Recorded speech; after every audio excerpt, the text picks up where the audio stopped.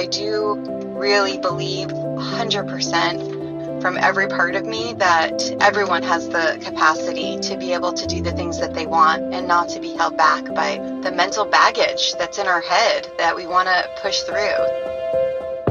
Welcome to the Do the Thing podcast. In each episode, we get down and personal with people who go after the things they want to make all their wildest dreams come true. Join us as we unveil and dissect a formula for what it takes to do the thing. Here is your host, Stacey Lauren. Hey everyone, welcome to the Do the Thing podcast. This is your host, Stacey Lauren.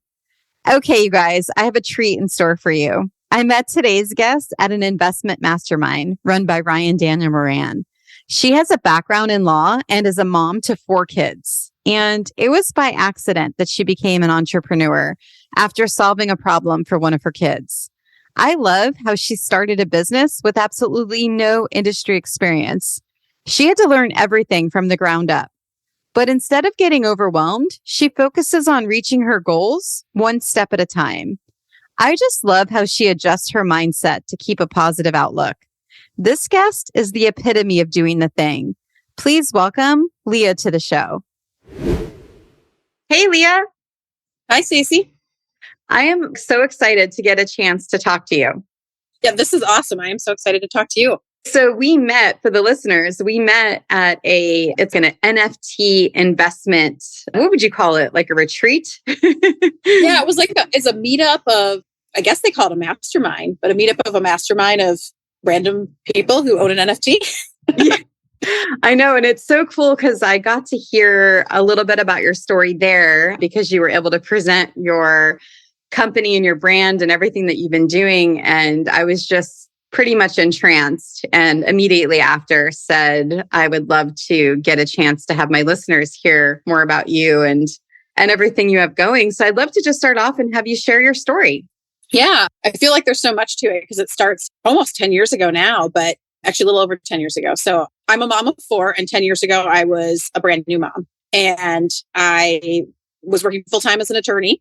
So the full-time gig plus kids made life pretty stressful, but I had, at the time, about 10 years ago, I had my one son, and we were traveling to visit my sister, and I was feeding him baby food pouches on an airplane. I thought that was definitely the product to have to feed him when he was 1 year old on a plane. And the pouch is flexible. And so he made this huge mess. And I thought, I'm never going to use these pouches again. I'm done. It was maybe a month later. I thought, I really want to use these, and I really should find a better way. And at that point, I just thought I'd be creative, and I designed a holder for these baby food pouches. Fast forward handful of years, and I had the design I had 3D printed it. I had been using it with my first kid, then my second kid, and somewhere after my second son was born, and I was using it, friends started asking me, well, can I have one too? And I thought, well, maybe I should find a way to make these. So I accidentally rolled my way into entrepreneurship by finding a manufacturer in Iowa, and I started making these holders, and I dabbled my way into Amazon and started selling them there.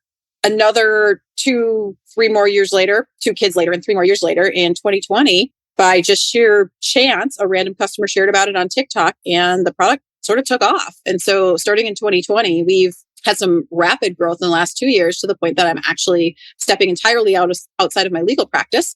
And I now run my business, which is called the Flipping Holder. And it is basically the product that is a holder that on one direction holds baby food pouches. You flip it over and it holds all your squeezable juices like juice boxes and Capri Suns and flexible juice pouches. And so Flipping Holder is now my full-time job in business. And it continues to be a really great way for me to be a mom of 4 and still work as the sole supporter of my family, but no longer have to practice law full-time. There's so much in this story that I just think is unbelievable because it's the dream. It's like you have an idea, you create something with it, and then all of a sudden it just sort of takes off and evolves into its own thing where then you can quit your full-time job and then be able to take on and run with it.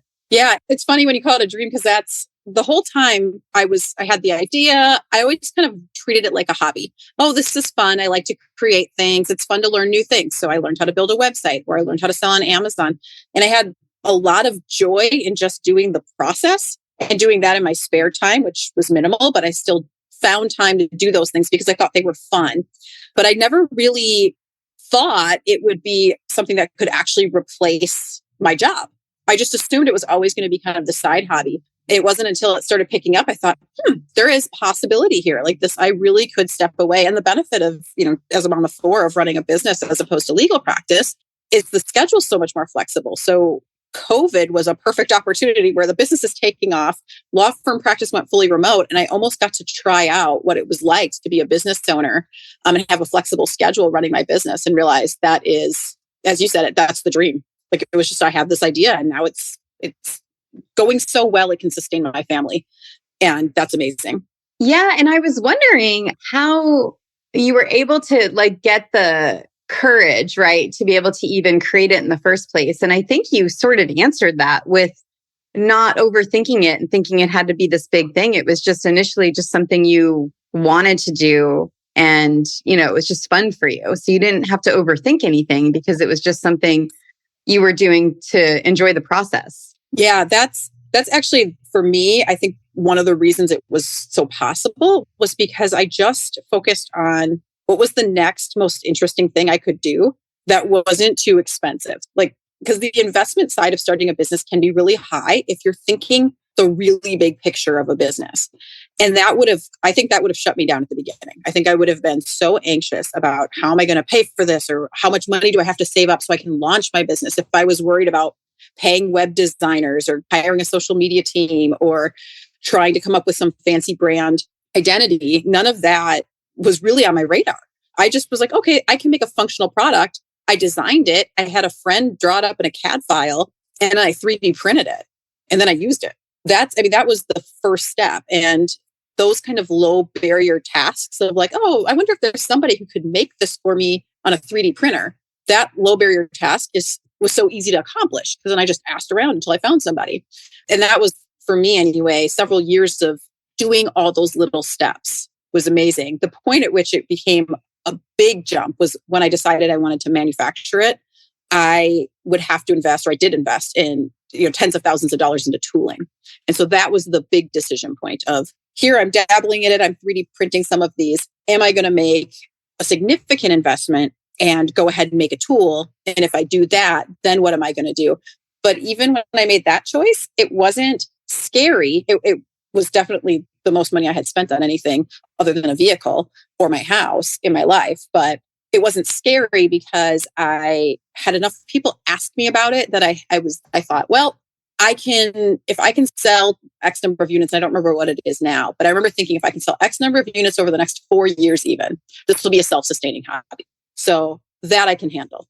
And that's how I made the big leap. And once I made that big investment and the sales did start and they did start coming in, it went from a self-sustaining hobby to a profitable hobby, which is what everybody hopes for in that situation.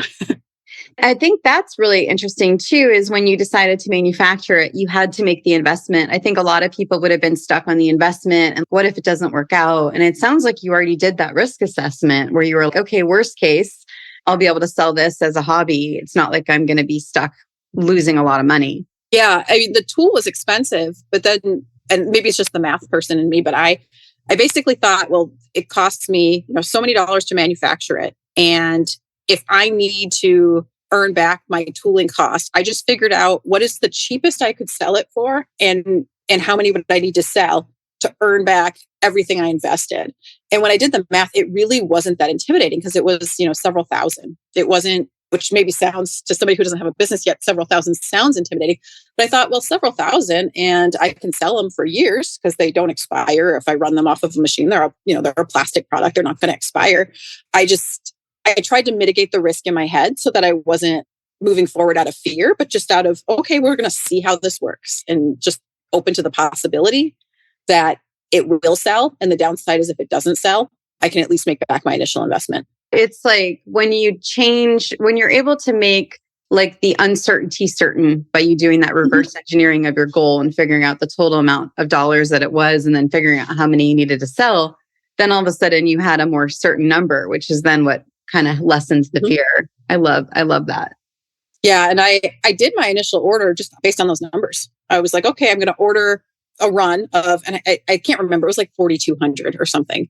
But I placed that initial order knowing that these are the number of units I need to sell. And if I sell them, I went to market with the price point of, I think at that time was $11.99 for my basic single holder.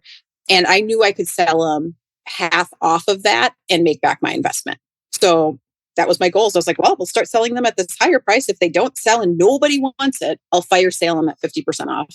And then let's go back to when you started. So, because I mean, so many people have ideas for things, right? And then they sort of stay stuck in that idea land. What do you think, either in your background or in your current situation, got you to actually do that, where you then were finding the friend to do the 3D printer and kind of make that next step? Yeah, interestingly, this is not my only idea I've ever come up with. I've had several ideas I've come up with and I've never done anything with them. So I like to create ideas and I doodle ideas all the time. I have them everywhere. So the interesting thing about this one and the reason I actually did something here was because no one else had a solution that worked for me. And so I just sincerely wanted the product. And the joke of, at the time anyway, 3D printing was actually quite expensive. And so I joked when I started selling these, I was like, I actually paid $200 for mine because I had to pay somebody to design the file. I mean, I wasn't going to make them do it for free. So I had a friend design the file and run it on a 3D printer. And it cost me a few $100s to run that initial sample purely because I wanted the product. And I just really felt it would be convenient for me. And so that was the impetus to actually take action on this idea versus several other ideas I had that are probably easier to make. A lot of them are either fabric related products or other kind of kid related products that I could have made in my house myself. But this one I took action on because this one I actually wanted and couldn't find a replacement for it or couldn't find a substitute out there.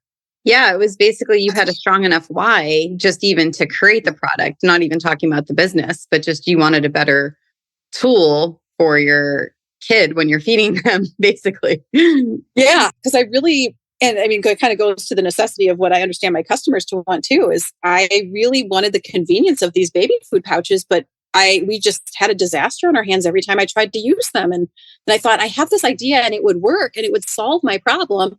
Why does nobody else make this? I mean, that's really what was going through my head is like, why isn't anybody else making this? I don't understand. And so finally I was like, well, if nobody else is going to do it, I should just make it. And it's funny how that process goes. And for me, it was about a month and a half of pondering, like having come up with the idea. It took me about a month and a half to finally just pay somebody to make it for me. So let's say someone's listening and they have an idea and kind of a similar situation. They haven't seen anyone that has it. It's a specific pain point for them. What do you think is a good step for them to do? It depends on the type of product, but in my opinion, the best thing to do is find what is the lowest barrier to making a sample of your product. I think a lot of people are intimidated by something like 3D printing. And it's really not as intimidating anymore as it used to be. Most libraries have 3D printers you can use for free and have resource librarians who will help you learn how to use the drawing software.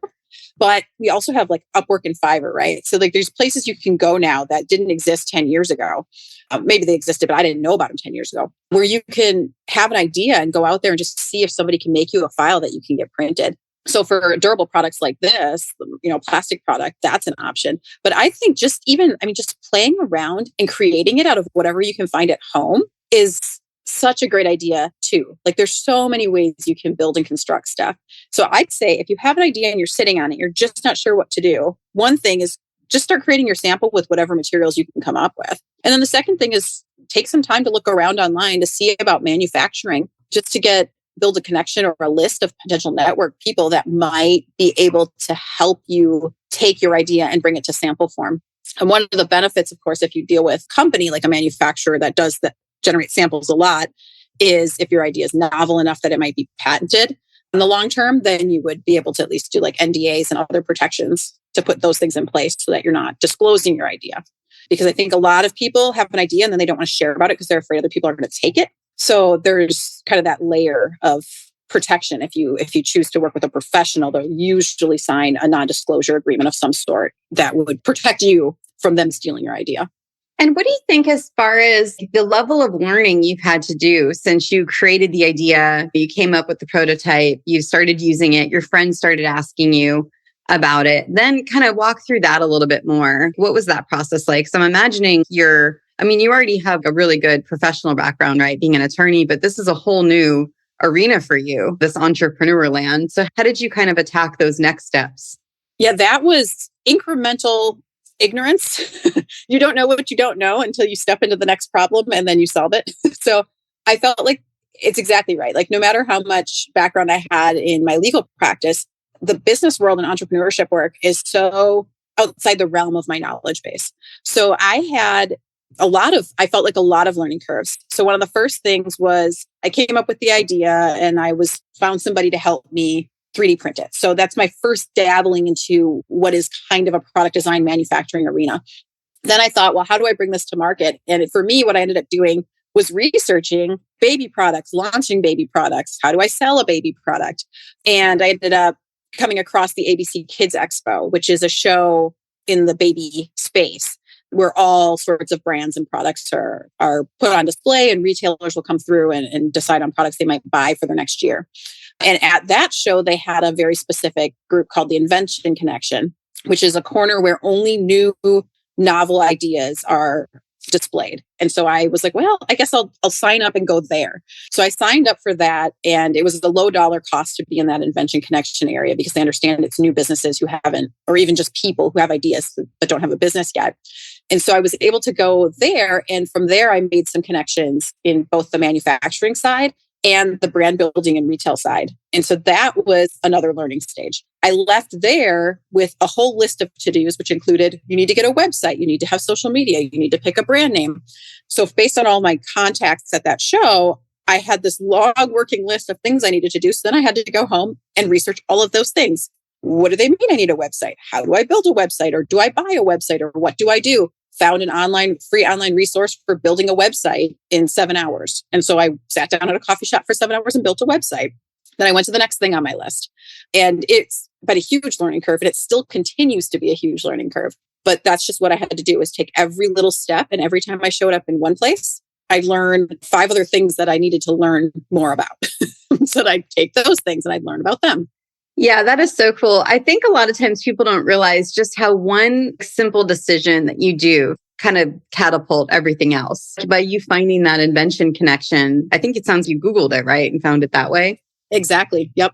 Yeah, it almost sets you on this, you got this then path, like a roadmap to help kind of streamline everything else or shortcut you to know exactly what to do to bring this thing to market. That's exactly right. And interesting about that show is that's where I met my first manufacturer. So I used to manufacture my product in Iowa. Now I make it here in Minnesota down the street from me because our volumes exceed my initial manufacturer's capacities. But the gentleman that made my product in Iowa, he had a small shop, and he happened to just be strolling around that show. And he saw my product and said, hey, I have capacity on my machine, and this looks like a type of product I can make pretty easily on my machine. Let's talk. And I left the show. And that was one of the dozen things on my list, was to follow up with him. And if I hadn't made that connection there, I don't know that I could have made it as easily into the market as I did, because he was so helpful. So that's a perfect example of, I Googled, I found a show, showed up at the show, and it changed the entire trajectory of my business. Amazing. How do you think, I think what happens to a lot of people also is they get stuck in like either analysis paralysis or some type of overwhelm. So when you left that show and you got that huge list and you don't know probably 95% of the things of how to do on that list, how did you keep yourself moving forward through each thing?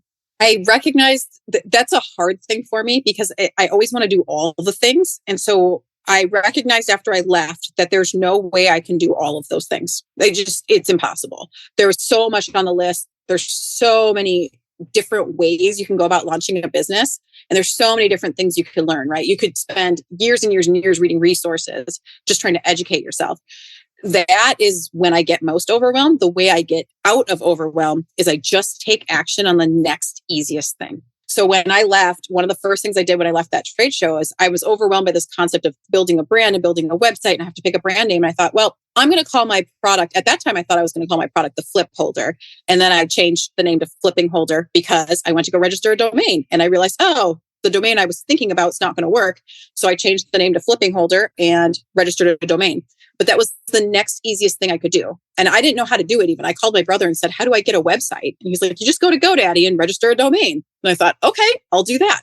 It was the next easiest thing. And when you do the one thing, like I registered a domain, then I saw, oh, I have to host something on this domain. So now I need hosting service. Okay. So I found a hosting service, and then I knew I had to build a site, found WordPress and used that.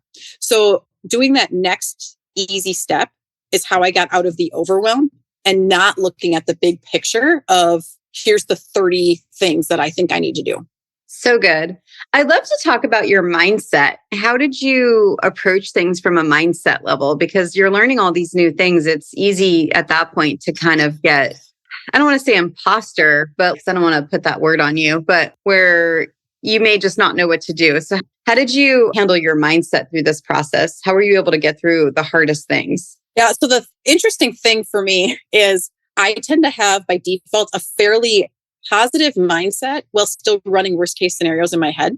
So I joke that I always have, in addition to a plan A, I actually have plans B, C, D, E, just kind of loftily mapped out in my head. And it helps me to stay positive because it makes me less fearful of the downside.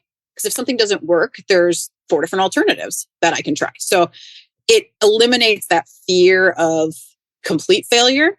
But really, I mean, what it came down to is I didn't know what I was doing. I knew I didn't know what I was doing. And so I had that level of imposter syndrome or whatever you want to call it. I had that level of I'm not good enough. I don't actually know what I'm doing. I just decided to be honest about that at times. Like I was just with myself and with other people. It's like, well, I'm figuring this out. So it might work, it might not.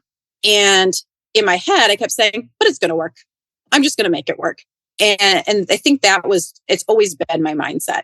I actually joke often. My husband always says, you can't have your cake and eat it too. And I'm like, yes, I can. And I always do. I am so determined when I've made up my mind about something that I just have a lot of alternative plans and I know I'm going to get there. So my internal mindset was, I'm going to figure this out. When the problems come up, it's like, okay, I'm going to figure this out. There are a lot of problems that come to entrepreneurship, and the ability to pivot and use a problem as an opportunity, it has been some of the best growth opportunities I've had. So running into problems now for me is, while it can be frustrating in the moment, I like to see it as a chance to explore new opportunities or to maybe flip the dynamic of something I'm doing or something I'm working on. And that's, I think, the best way to overcome problems is to not see them as problems at all.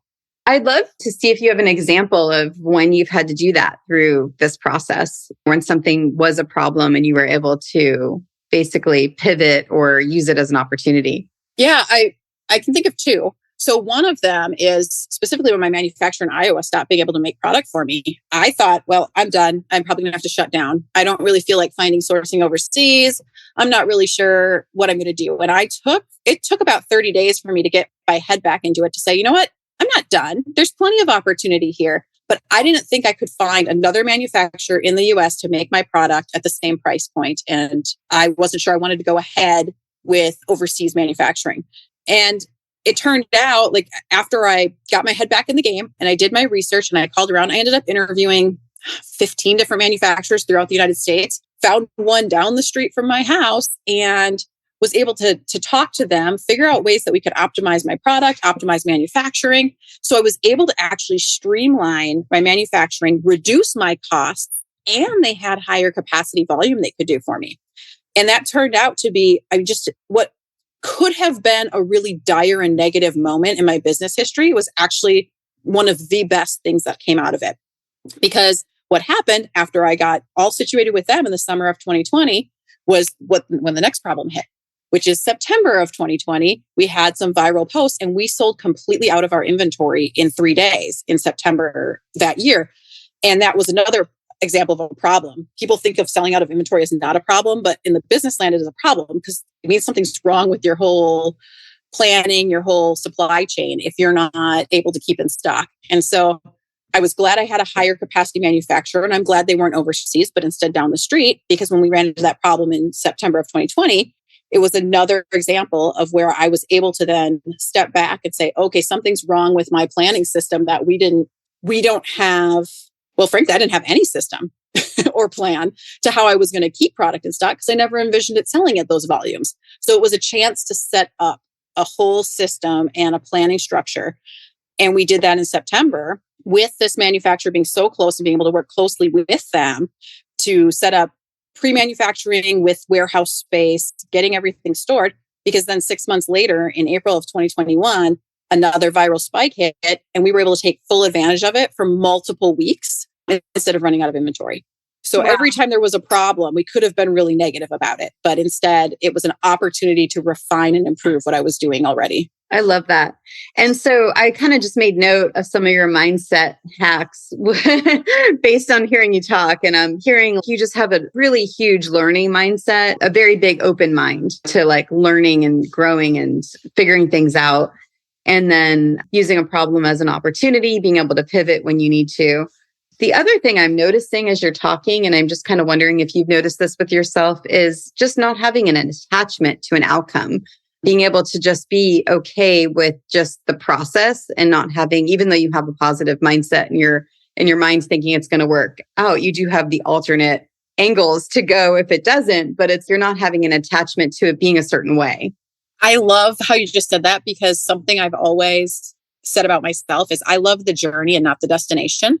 And there's actually a few different books and things I've read that get to that same point. And there are kind of two different types of people in this world. There are people who want the destination and they want to get to the destination as fast as they can. And that's what their goal is. And that's what they're focused on. I have been, and I think there are many people in this world who really just find the journey to be the value.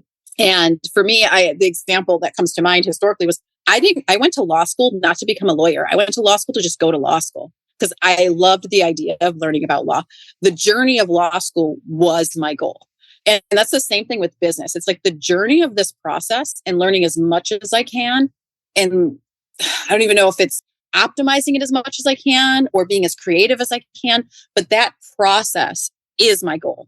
In the end, I would love to have a valuable business, maybe one that I can exit from, one that sustains my family, all of those great things.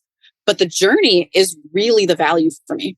Yeah, I love the way you articulated that, because that's where you're getting the learning from and how you're growing as a person. You're evolving exponentially just by you being a part of this process. Yeah, because I think we could be miserable every day pursuing a goal that we think is going to make you happy, right? Like everyone's like, oh, I'll be happy when I hit this point, or I have this type of freedom in my life, then I can enjoy it. And I really see value in being able to enjoy the days that I'm having right now. And one of the ways I enjoy them, this might not be for everyone, but one of the ways I enjoy every day is using every day as an opportunity to learn, because I love that. I really do enjoy learning. It's so good. Something I've been playing around with lately, I just thought I would mention it here in case you have some thoughts on it too, is I've been treating myself as a science experiment as I try new things and I kind of dabble in things. It's giving me a different lens, to just be a little bit more, have a little bit more fun, as I'm trying new things. Yeah, that's interesting. I haven't called it a science experiment, but I like that phrasing. I've been following various gurus or whatever you want to call them on mindset type things. And one of the ways gurus will say to deal with like problems or frustrations or things that you can't change that are difficult for you to deal with is look at them with curiosity instead of looking at them as a problem. And I've been trying that for a few months here, and it's tremendously helpful for my mindset. And I think you're right, looking at myself that way too. It's just that once you look at things with curiosity, you start to get curious about, well, why am I doing it that way? Or why is this person acting that way? Or what's the impetus behind what they're doing? And also, if I do this differently, how is that going to change the outcome? Instead of being invested in it, you look at it with curiosity and playfulness. It almost makes life feel like a video game a little bit. You're just like, we'll give this a try and see how it turns out. I love that. It's making me think too, when I talked in the beginning about us being part of that investment club, NFT mastermind thing, it reminds me, Ryan Rand's the one that runs that, just for everyone listening. And he had mentioned, I don't know if you remember, on the first day, I don't think he called it a science experiment, but he called it it's a hypothesis, because no one's ever done an investment club as an NFT before. And that just makes me even think it almost just takes the pressure off of like what even an event is going to be. When you kind of treat it as like, we're just going to see how this goes. Like, let's just enjoy what we enjoy. And we don't need to have an exact path as it's going. We can just have an idea of, oh, this is something that's been real for me lately. It's having a rough draft goal, not having perfect idea of what that goal is. So anyway, that just made me think of that because I remember him saying that and it really hit since this is the thing that has been really kind of prevalent for me right now. Yeah, I love that, the rough draft goal idea. And I agree, like the NFT group is a perfect example of something I didn't know what I was signing up for.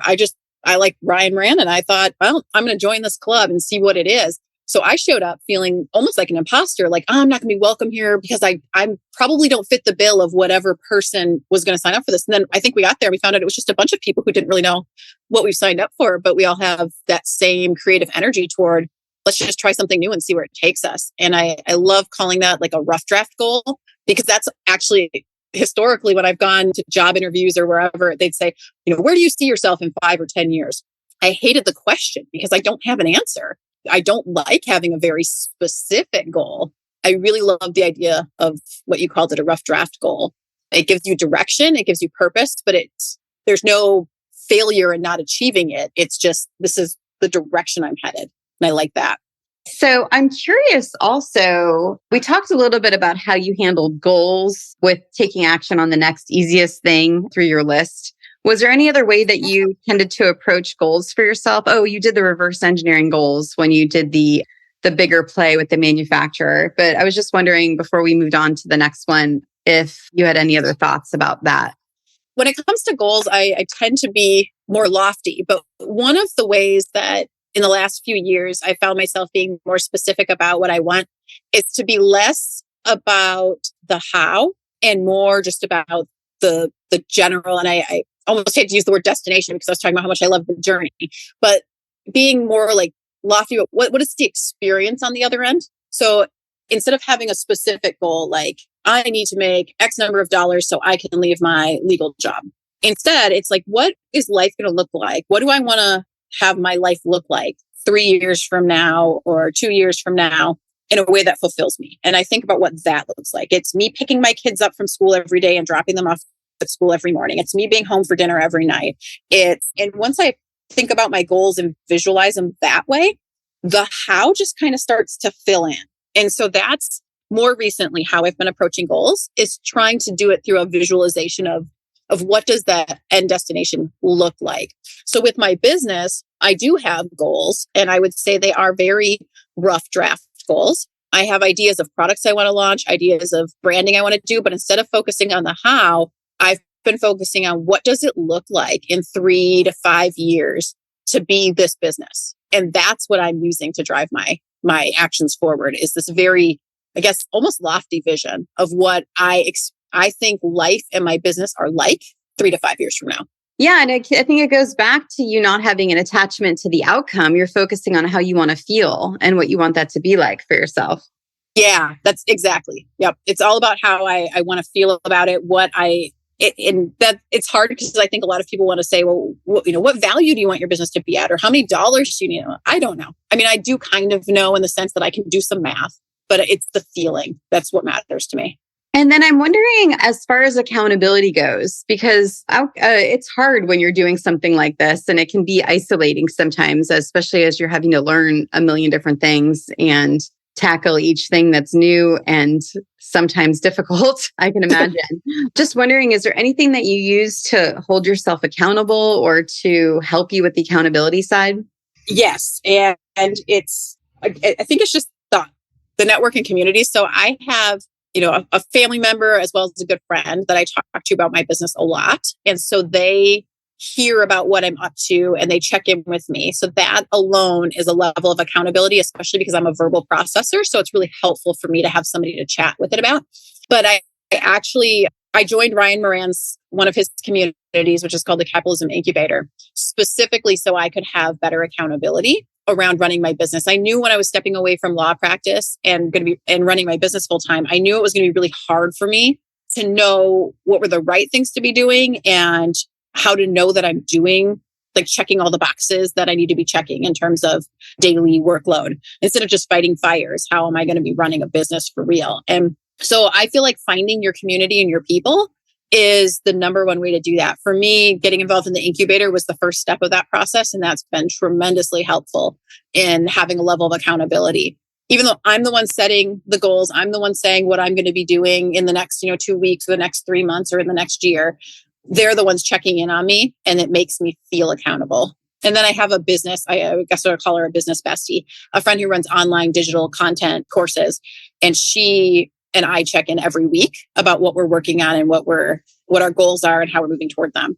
I think it's amazing when you can be around a group of people that are doing the same thing as you, that want the same thing. And then you're able to like share in that experience together. Yeah, I think it can be really isolating. I don't know anybody else who's running a product business in my normal network, right? So my legal network and my legal community was a lot of lawyers. They weren't out building businesses around physical products. I have the one friend is actually a friend from church, but she runs digital content creation. So she has some overlap, but she's not running a digital physical product business either. And so it was really isolating at first to not know anybody else doing the same thing I was doing. And when I found Ryan and his community, that was a huge stepping stone for me, because I went from knowing nobody who was doing what I was doing to knowing hundreds of people doing exactly what I'm doing. And that makes a huge difference in motivation and moving forward, and also being able to see what's possible. And we talked about how you've been educating yourself through Google and then keeping an open mind, by going to that Invention Connection conference. And it sounds like you joining the incubator and then having your friend. Was that the majority of the education component that you did, or did you do anything else that you think has really helped you? I would say that that's almost all of it, with the only other thing being books. So I did not listen to or read any books for a number of years, and definitely overlooked the value of what's out there. There's so much out there, so it can be overwhelming to find things. But I actually ended up reading what really kind of the kick in the pants, I guess, that I needed to make the decision that I was going to do this business and make it a real thing. Was I can't recall exactly the name, but MJ DeMarco has a book, and I think it's called Millionaire Fastlane or Fastlane Millionaire. I don't know which way it goes, but he has a book, and it's all about building financial freedom in 5 to 10 years. And I read that book and I thought, oh my gosh, this is a whole concept that was foreign to me. I've never heard somebody talk about rapid wealth building in a short period of time, with the idea that then you can live off of your passive income for the rest of your life and be able to flexibly choose what you want to do after that point. And I thought that it was so expanding for me in my mind that was the first book I had read when I started getting back into trying to learn about businesses. I read that book, and from there, I've just been eating up book after book after book. Ryan Rand's book was the next one I read after that one. And then many. I've read over 50 books in the last year. As somebody who was historically not a reader at all, that's been a huge place of learning for me. Yeah. How do you think you started reading after not reading? Was it because you realized you wanted to learn more about this space, and then that motivated you to be able to do it? Exactly. I don't even remember what specifically happened, but then my friend who has the digital course content stuff, she said to me, she's like, hey, have you ever heard of this MJ DeMarco? He's got some interesting, I think it was a podcast or something. And I was, oh no, I hadn't heard of him. And I Googled him and saw his book. And I thought, that's a short book. I can listen to it on Audible or audiobooks. I'm much better at auditory processing. So I got the audiobook and I listened to it. And I was just outside, like doing gardening and stuff. And I would just listen to it. And it was the first time I had started reading a book. And that was enough for me. I mean, a couple chapters in, I realized, oh, there's so much value here. And that was the start of me reading again. So it's just finding that there was a book that looked interesting enough for me to dig in. But there are so many business related books out there. And that one really lit a fire under me. I love the words lit a fire. So good.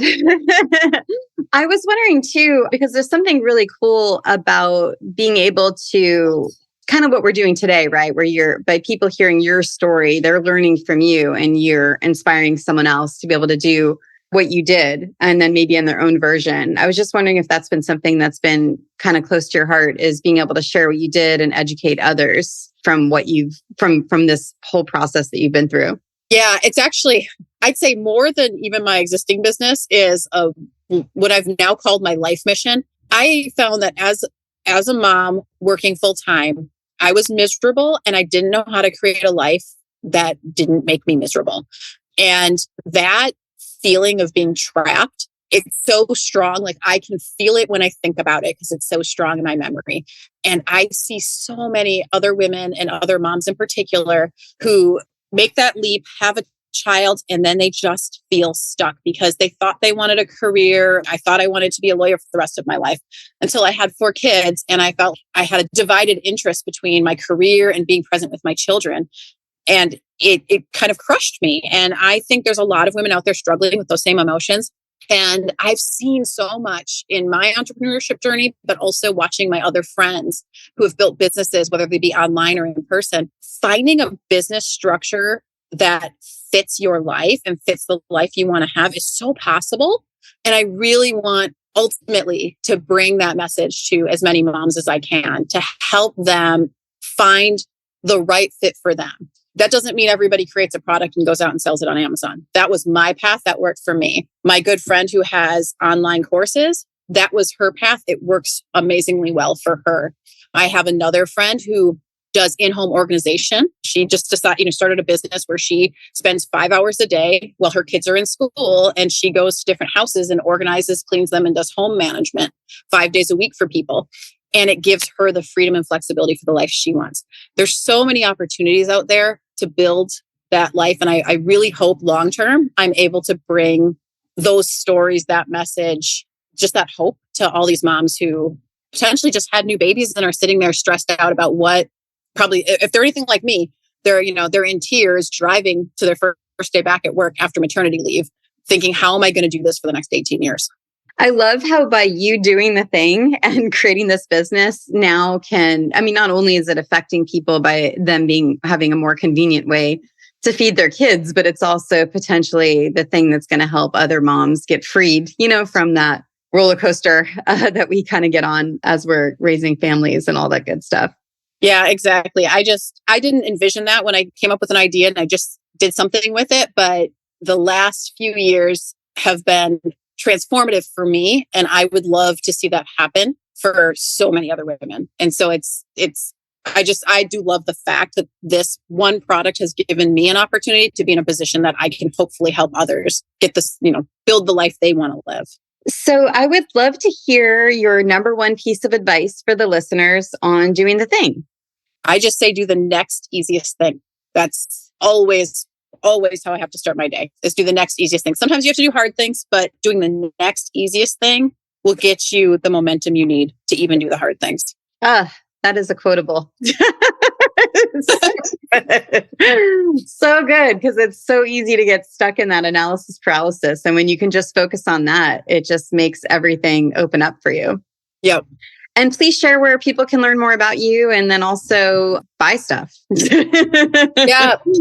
Everything in my world right now is at flippingholder. So flipping, FLIPPING, holder, HOLDER.com. And that's where my universe and business live. So everything's there, and including my story. Awesome. Thank you so much for doing this with me. I really, really appreciate it. Well, thank you for the opportunity to be here. This has been a really exciting conversation. The thing I love most about these kinds of conversations is I almost feel like I walk away having learning more about myself than I knew going into the conversation. So thank you for facilitating that. Oh, good. That makes me so happy. Thanks for listening to the Do the Thing podcast. We hope you enjoyed the show, but even more, we hope you'll be inspired to do the thing. Do you have a burning question on doing the thing that you'd like answered? How about an inspiring do the thing story of your own that you'd like to share? We'd love to hear all about it. Just leave us a voice message at dothething.callcast.co or email us at hello@dothethingpodcast.com.